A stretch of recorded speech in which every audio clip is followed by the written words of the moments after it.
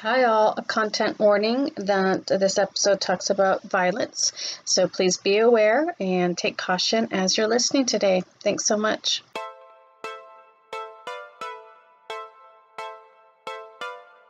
Thank you so much for being here. This is Ashwini Prasad, your host of the Inclusive Storytelling Podcast.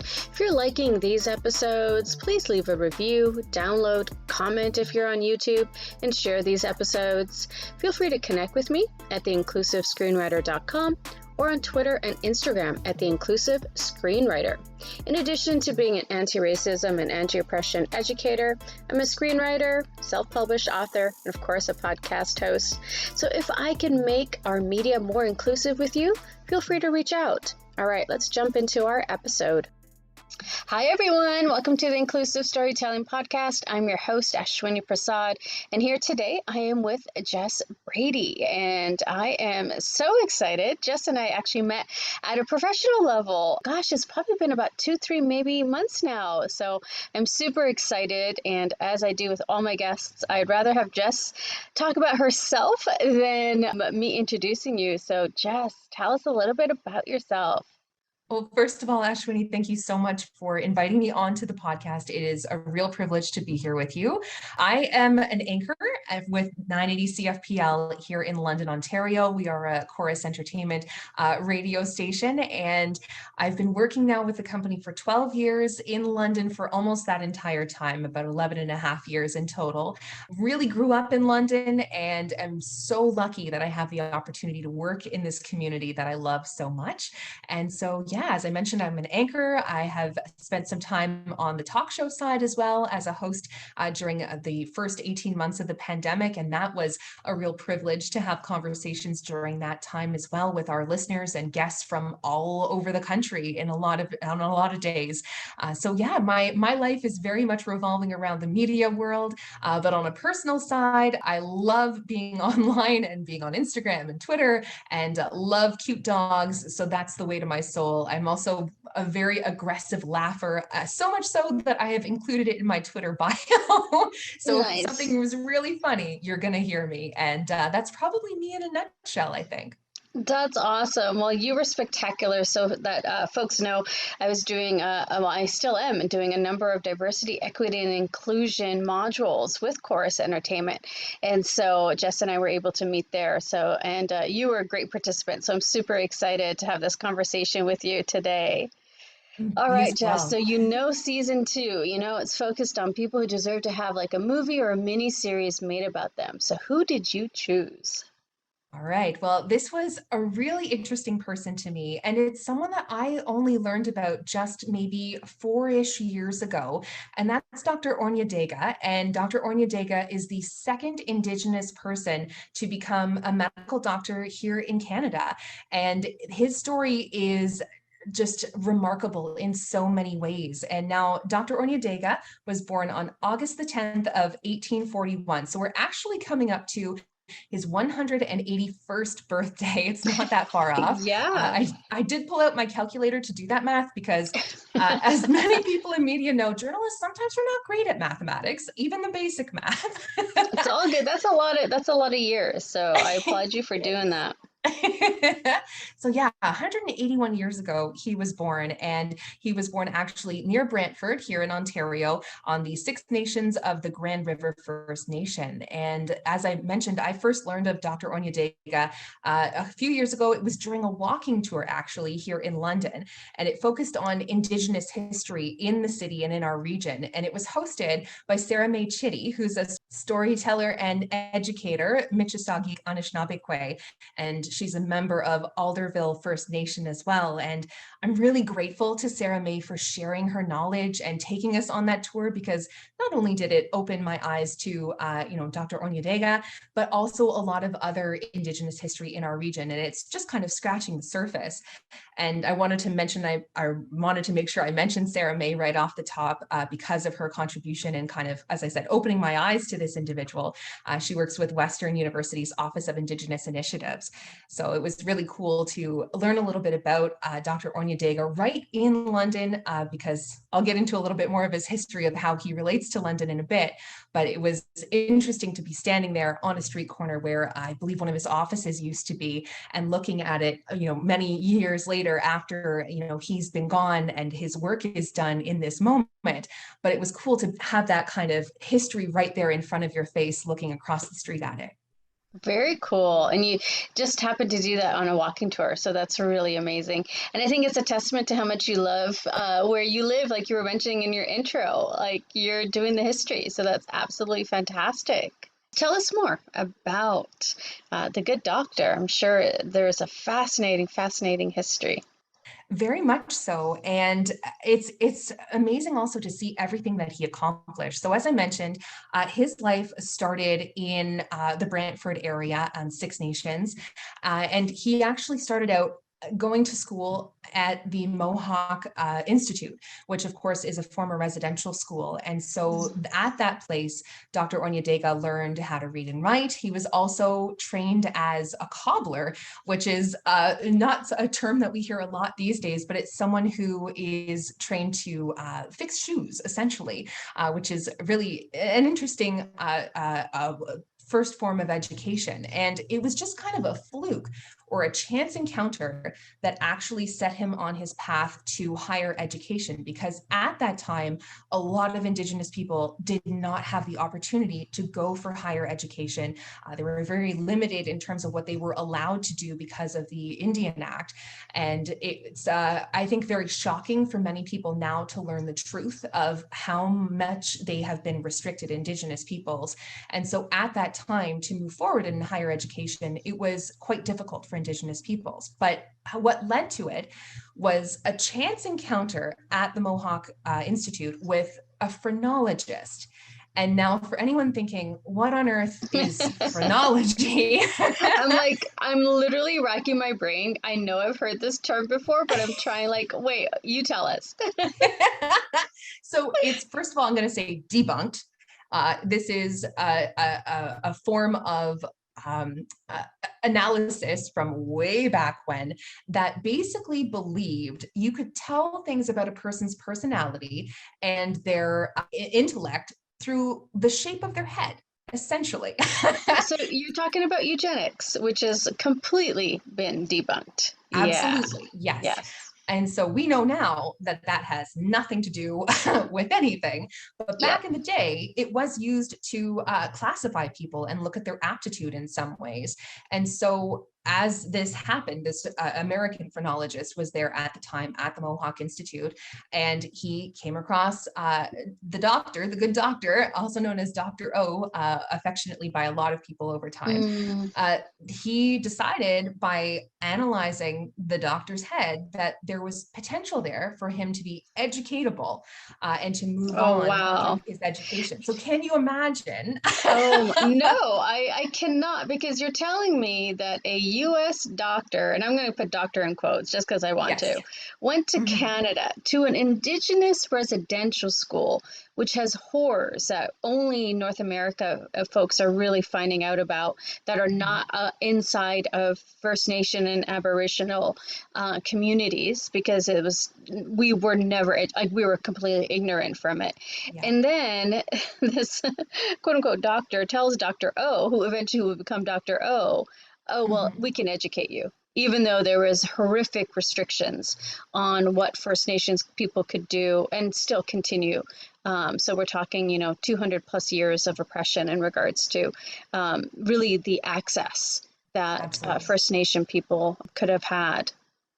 Absolutely. And it's, as you said, it's very difficult for us to understand just the depth of the discrimination and the abuses that took place at residential schools like the Mohawk Institute and all across Canada.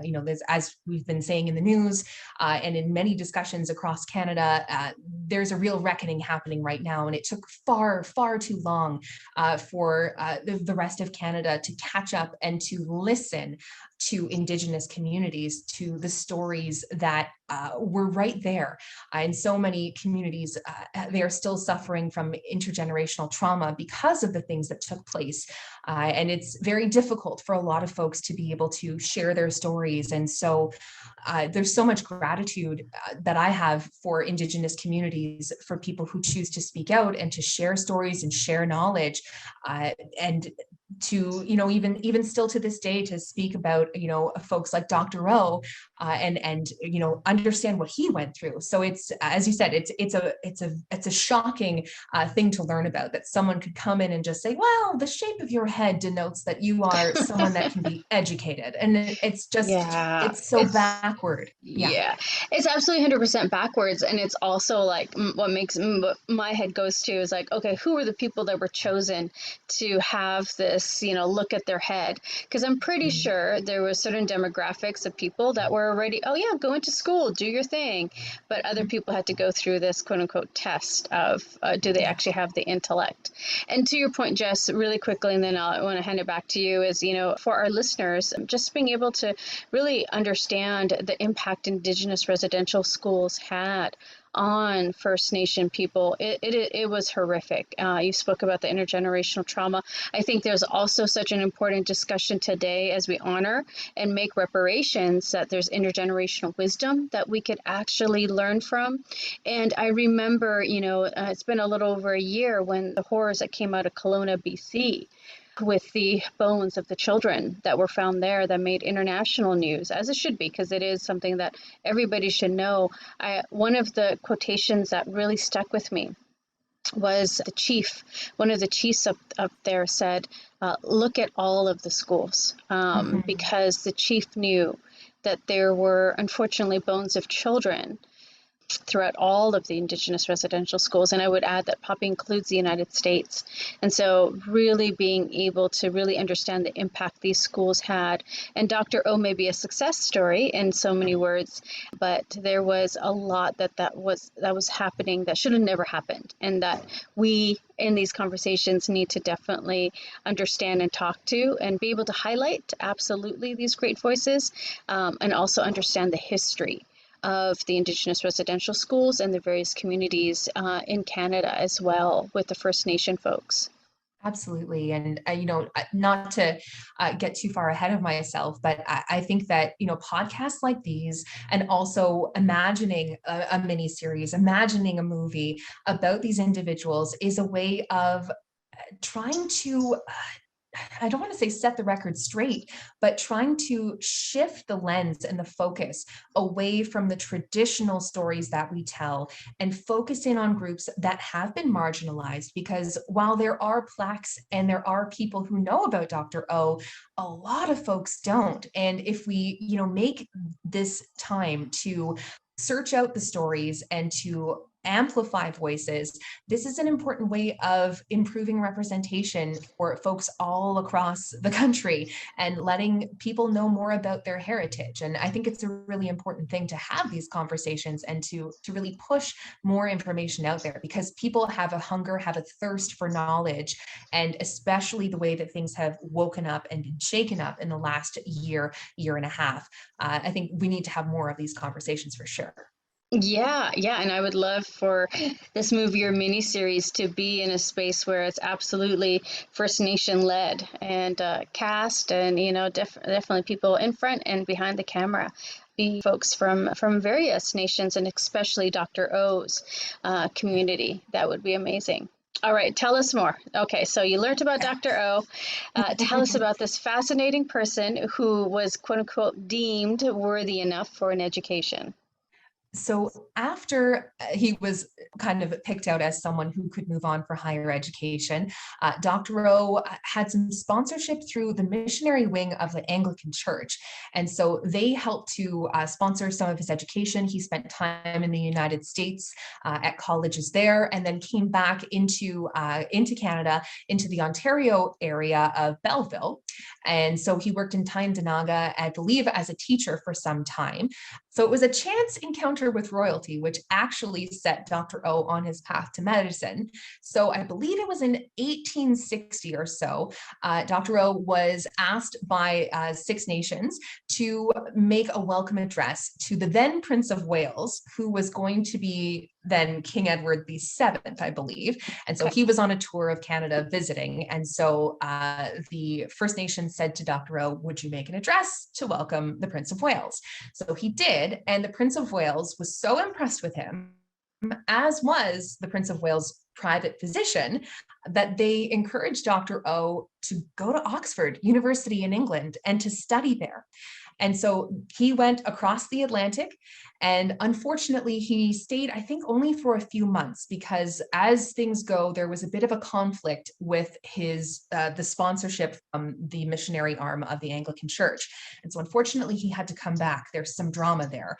And Michelle A. Hamilton has done a lot of work talking about Dr. O's history, and she delves into more of what took place there and some of the history of it. But bottom line, unfortunately, he had to come back. I have heard that there is, I think, a plaque for Dr. O at Oxford, though, which is very cool.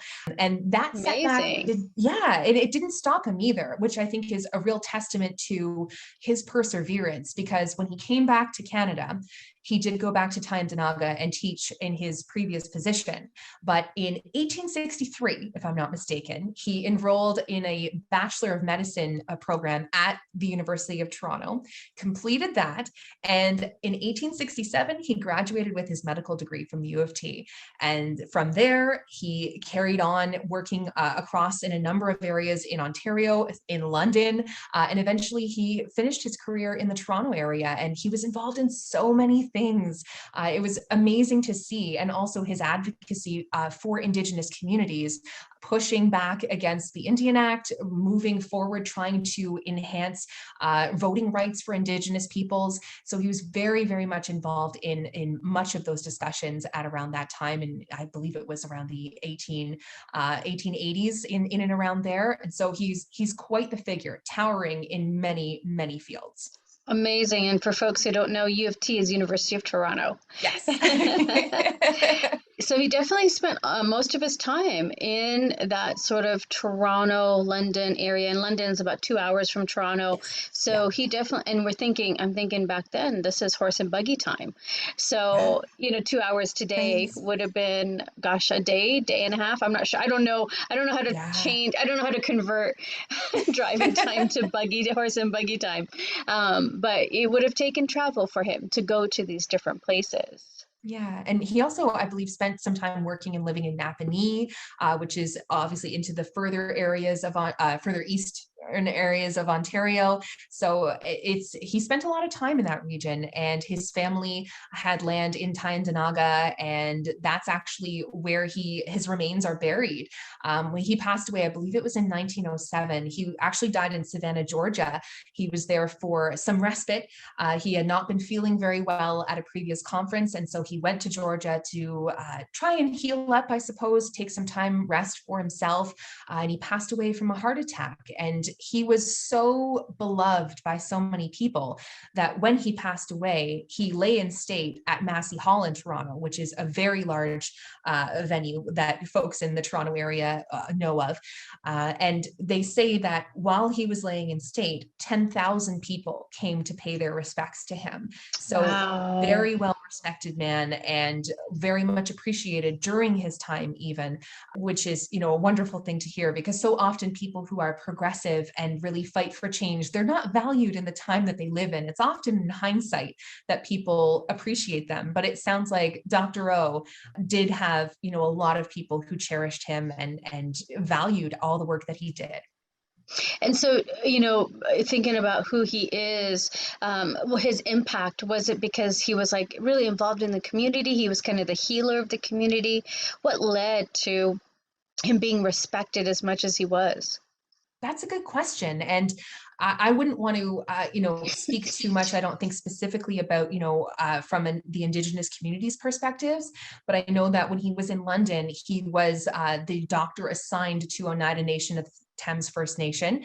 And so he worked with patients there, but he also worked with patients within the broader community who weren't necessarily Indigenous. And he just built communities, not even just in the Indigenous community, but he kind of crossed borders, if you will. And so he worked with an organization, I believe it was the International Order of Foresters. And that was a group that provided insurance for its members internationally, even. And he helped to start chapters in Australia, in Europe. So he was sort of a person that I'm sensing really had a way of making connections with others and building bridges and trying to push forward. And he was also very progressive in the sense that he believed in gender equality. So in that organization of the foresters, he pushed to make sure that women could be members as well, which apparently there was some opposition to from within the organization, but he pushed regardless. So it sounds like he was just someone that wouldn't take no for an answer, and if felt strongly about something, he would go for it. That's the sense that I get from the reading that I've done of the pieces that are out there, and it sounds like he had an absolutely remarkable life. Yeah, yeah, and I'd be interested in learning more. And it sounds like there's the book you mentioned. The author, will you say that was it Michelle? Michelle A. Hamilton, yeah, she co-authored a book with Keith Jamieson about Dr. Oronhyatekha, and it's a fascinating story. And I haven't had the opportunity to read that book yet, but I think that it really delves into more of his history, and you will probably learn all sorts of very interesting facts, including that Professor Hamilton thinks that he had probably at least 17 siblings, which Nice. is Yeah. amazing. Yeah, and Yeah. his third cousin also was a very esteemed entertainer and poet from the 19th century, Pauline Johnson. And she was very, very popular during that time as an entertainer and dramatist on stage and a poet. And it's pretty amazing, all of the connections that he had. And it's a really neat thing. Very cool. So if you had to choose between a movie or a mini series for Dr. O, which one would you choose? Ooh, oh, that's a good question. I think I would say a mini series, because that way I feel like there's an opportunity to really delve in and learn some more details, and perhaps give enough time to each chapter of his life, or a larger chunk in each sitting, if you will.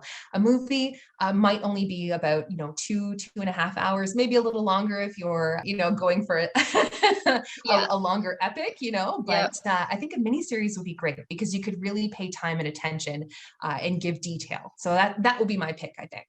I would agree. I was thinking this would definitely very easy be 4 to 6 episodes, those standard kind of 45 minutes, but even 55 minutes. Like you were saying, I think we could have a great establishment of telling the story again by Dr. O's community and First Nation members, definitely by their voices. We could really establish that time period, what was happening with Indigenous people at that time, and whatever people choose to tell. If they choose the Indigenous Residential School story, great. If they are like, no, we don't want to go there, awesome.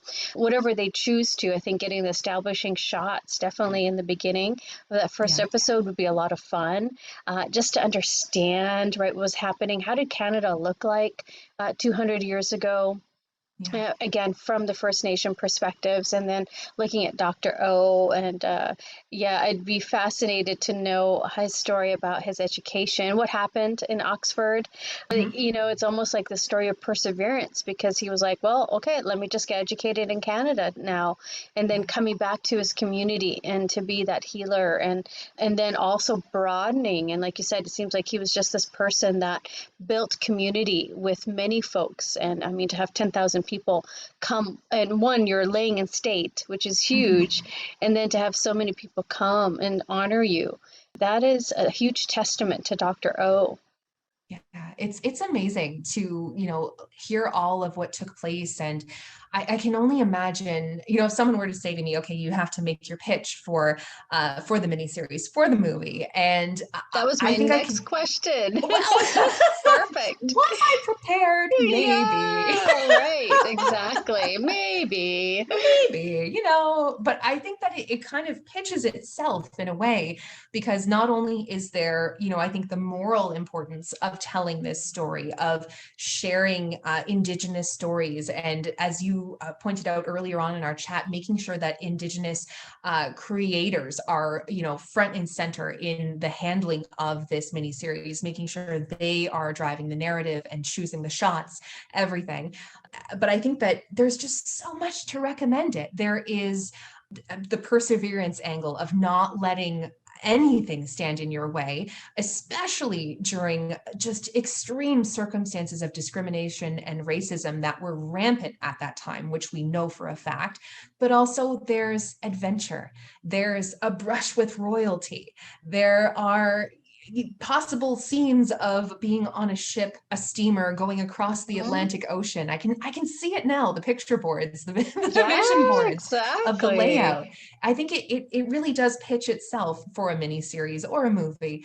And that's what I would say. It's the amazing things that people are capable of doing, and restoring that perspective that I think has been so overshadowed for hundreds of years, making sure that Indigenous voices are front and center, and that the broader society starts to listen more and learn more. Because as you said, off the top of this conversation, so much was hidden for a really long time from people in our education system, and it was done on purpose to hide that truth of what took place. And so now we've opened Pandora's box. We need to keep going and keep learning. Difficult discussions, really uncomfortable sometimes, but we need to do this, learn the stories of people so that we do better and that we can help on that path to reconciliation. There's a lot of work to be done. Yeah, I agree. And it's not, it's not past me that I don't have First Nation ancestry, and I'm not sure about you, Jess. I do not know. Yeah, so it's two people, right, that aren't part of the community, but I hope that people can take away that we're trying to be allies here. We're trying to be advocates. Yes. And our goal is not to take the story, but to advocate for Dr. O's story, to be, get the funding and get it made, and make sure that you have, like we're saying, again, we're kind of saying it over and over again, but make sure this point is not missed, led by First Nation and Dr. O's community. Yeah. Have them be the storytellers around this, I think is huge. And I think it's so important. And I'm hopeful. Like I see things like Reservation Dogs is now season 2. It's going to be coming out in August, which I think August 2022, which I think is great. And, a lot of folks have been praising it definitely in front of the camera, the different storytellers. And my understanding is behind the camera as well. There's various folks from various nations that are part of creating that show. And it's like, okay, thank goodness. Like, I love seeing it. And even Miss Marvel has had Pakistani and Southwest Asian and North African directors, and I see a lot of names I love seeing on that show when I look at the credits. So I definitely want to push that narrative and uplift these voices so that hopefully somebody listening will take an interest in Dr. O's story and what Michelle and Keith have been doing, the professors have been doing in their book. I think it's there's so much out there, and I want to be able to do that. Like for me, a lot of times these will become documentaries, and they're great. And I think docs are important. I also think that sometimes, unfortunately, there's only a subset of people that watch documentaries. And so it'd be great to get them into the mainstream conversations and have, something that could be mainstream that people, I think, will absolutely be fascinated to watch. Absolutely. It's all about, getting it onto people's plates, right? And as you've said, it's making it available. And I also wanted to note there was a great CBC podcast that I took a listen to and saw their write-up on Dr. O, The Secret Life of Canada. They did an episode on him. It was about like 3 minutes and 45 seconds where they talked about him. I think it was titled Shout Out to Dr. O. And so this is the type of thing that we need to see more of, right? Having those maybe smaller apportioned, stories that lead you into the longer form pieces, which is exactly your point, making it digestible out there for people, and then they can take that and run with it and keep learning. And I love to see more people getting the chance to tell their own stories. And I hope that we can all be as positive allies as we can and use our platforms to help spread that message. So to all your points of making sure that it's Indigenous voices that are leading these conversations, absolutely. And if I can do anything to help share a platform, highlight anything, that's what I would love to do.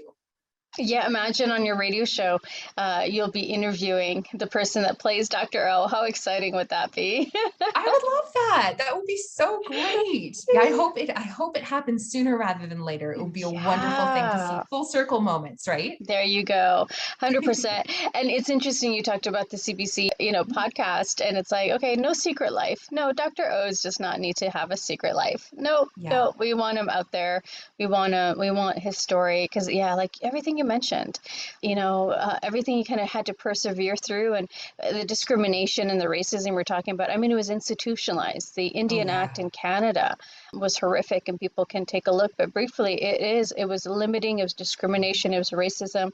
It allowed for example, children to be taken away from their families. It was lawful, like it was the Canadian government that allowed these Indigenous residential schools to continue and continued until 1996, which I think a Yeah. lot of people don't realize. And I've had people say, you look at these old pictures, but 1996 was not that long ago. It was And not. so, And there's yeah. so much still in play within legislation at the federal level that is unjust. And, we have in present day so many different Indigenous communities that don't have clean water to drink that comes out of their taps. They can't drink it. They can't bathe their babies in it. And, it's all around our communities, and Indigenous communities are not far away from larger city centers. And so to think that I here in London can turn on my tap and have water, but First Nations that are maybe 25 kilometers away or even further, perhaps they can't do that, or it's spotty at best. Some days they can, other times they can't. And so that I think is something that people really forget about. And it's blows my mind that in 2022 that this is still a situation, and there's a lot of work to be done. Absolutely. And so for reconciliation to really mean something, I hear often from Indigenous peoples in their messages out to the media, they say, there's a lot that has to happen right now. It's not about the past. It's about Mhm. making meaningful steps forward and taking action and holding the government accountable and others, in our personal lives. We all have a role to play in reconciliation, and there's a lot of work to be done. Yeah, and I am a huge advocate, and I will to clearly state my bias on this is that we can absolutely uplift stories. Like honestly, you get a story like Dr. O become mainstream, and then all of a sudden all eyes are on the exact issues that you were talking about. And I think that Yeah, is the power of media. That is the power of entertainment, and create it sustainably so that people can continue, because we don't want it to be, oh, this movie miniseries came out and then 2 weeks later we move on to the next big thing.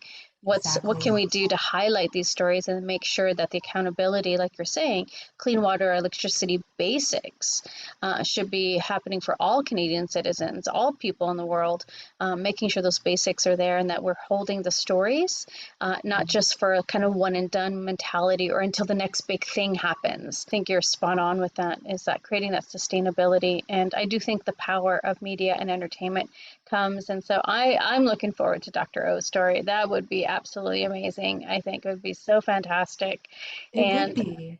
yeah, yeah. And like you said, everything from, unfortunately, the perseverance. And one day I hope that we can just stop using that word and just be like, they Oh, were for great. sure. But we know that Dr. O persevered. And like you said, that brush with royalty. and then coming and becoming this amazing leader in the community that, when he passed, so many people came to pay final respects. Definitely somebody that's amazing, and enough for educators to write a book about him. Like, that's a big deal too. So thank you so much, Jess, for introducing us to Dr. O and just a taste of his story. And do you have the title of the book that you were referencing? I do. The name of the book is called Dr. Oronhyatekha, Security, Justice, and Equality, and it's by Keith Jamieson and Michelle A. Hamilton. So that is definitely a book that I'm going to be picking up, I think, making sure that I read that so I can learn a little bit more about Dr. O. And just really thankful that I've had the opportunity to learn as much as I have thus far. And, being able to read the pieces that are online, like I mentioned, from Professor Hamilton, and also the folks at the CBC podcast, Secret Life of Canada, and also Sarah Machedi for the first initial introduction with that walking tour here in London. So that's, I'm just super grateful that there's so much information out there, so many resources for people to tap into. Yeah, and I appreciate you highlighting that. And, for folks that are listening outside of Canada and other parts of the world, these are available to you if you have a good internet connection. And I recognize not everybody does, but if you're able to, I think reading about Dr. O's story would be amazing. And I hope maybe somebody is listening and is like, yep, let's make a movie. Let's make a miniseries. Not movie, miniseries. Let's make this miniseries. That Let's is get it to Netflix. amazing. Yeah, exactly. It sounds like a fascinating story. So I think it'd be super cool. I'm already kind of seeing the Prince of Wales scene already in my head as well as part of the trailer, right? To get people in. And so yeah, that'd be great.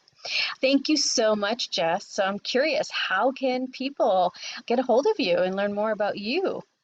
Well, if they would like to tag along for some aggressive laughter, lots of cute animals, and a healthy dose of news and information, they can find me on Twitter. My handle is @JessBrady980.